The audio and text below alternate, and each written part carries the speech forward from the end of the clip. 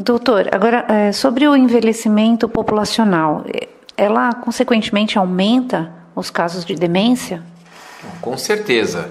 Como a demência, a maior parte das demências é degenerativa e isso aumenta com a idade, uma população que envelhece vai apresentar uma maior prevalência dessas síndromes demenciais, isso com certeza. Uma população muito jovem vai apresentar um número muito menor de indivíduos dementes. Então, esse é um problema das sociedades modernas. As sociedades têm envelhecido, a pirâmide populacional tem se invertido e, obviamente, o número de dementes vai aumentar com certeza. E no Brasil, doutor, como está o envelhecimento nos dias de hoje? Então, a gente observa a pirâmide populacional brasileira, ela vem se invertendo. A gente observava, né, essa forma, a pirâmide, chamada pirâmide populacional brasileira, em forma de justamente uma pirâmide com uma base mais larga, com uma população jovem maior, uma população de idosos menor, ela vem se estreitando, vem estreitando a base com o tempo e alargando o ápice. Por quê? Porque hoje em dia as pessoas esperam um pouco mais para ter filhos, planejam um pouco mais essa sua vida familiar, se preocupam mais com a parte profissional e deixam a família ou essa questão de se ter os filhos para uma idade mais tardia, vamos dizer assim. Então, obviamente, claro, a melhoria das condições de saúde, o maior acesso à alimentação, a programas de saúde, a controle das doenças infectocontagiosas, então as pessoas vivem mais. E claro, no Brasil se vive mais, vivendo-se mais, a chance da ocorrência das demências aumenta com certeza. Então o Brasil também, assim como os demais países do mundo, né, a Europa já apresenta essa inversão populacional há muito tempo, os países da Europa, né, principalmente os desenvolvidos, e o Brasil vem apresentando essa inversão ao longo do tempo. E isso vai aumentar com certeza. Doutor, e qual é o exame para diagnosticar a demência?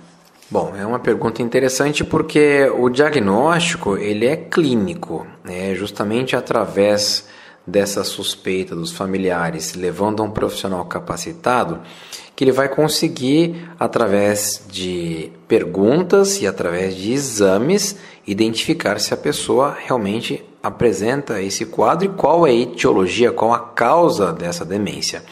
Um profissional habilitado, inicialmente, ele precisa aplicar um questionário de triagem do paciente, que é chamado mini exame do estado mental. São perguntas simples, são perguntas padronizadas, já com respostas esperadas, que são aplicadas aos pacientes em geral e que vão obter uma certa pontuação. Dessa pontuação, de acordo com o nível de escolaridade, o profissional vai saber se existe algum tipo de déficit, algum tipo de problema ou não. Claro que é um teste incompleto, é um teste, como eu disse, de triagem, quando se suspeita do problema.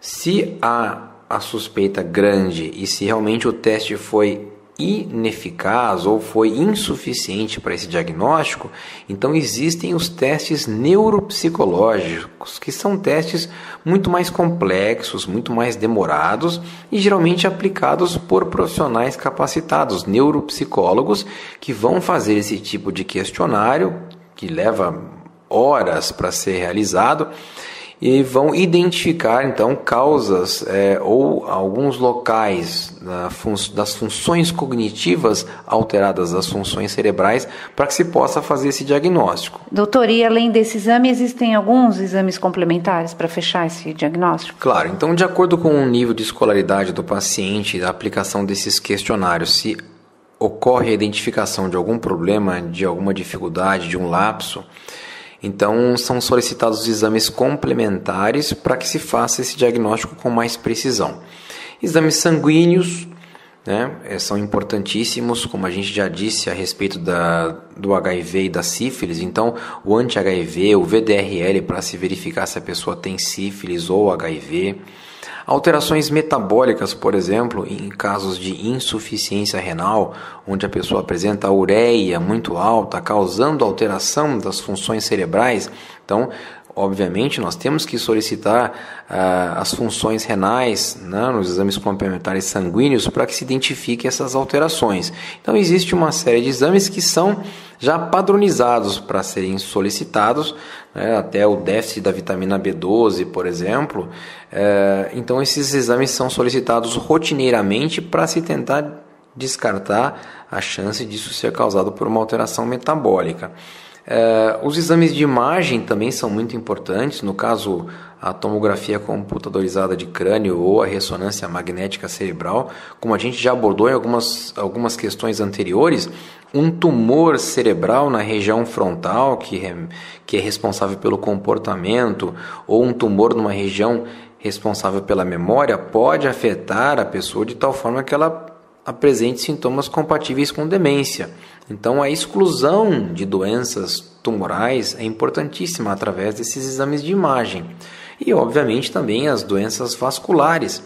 Se nós temos uma tomografia ou uma ressonância magnética com imagens cerebrais mostrando insultos vasculares, né, os chamados derrames, isso pode já identificar a causa provável desta demência.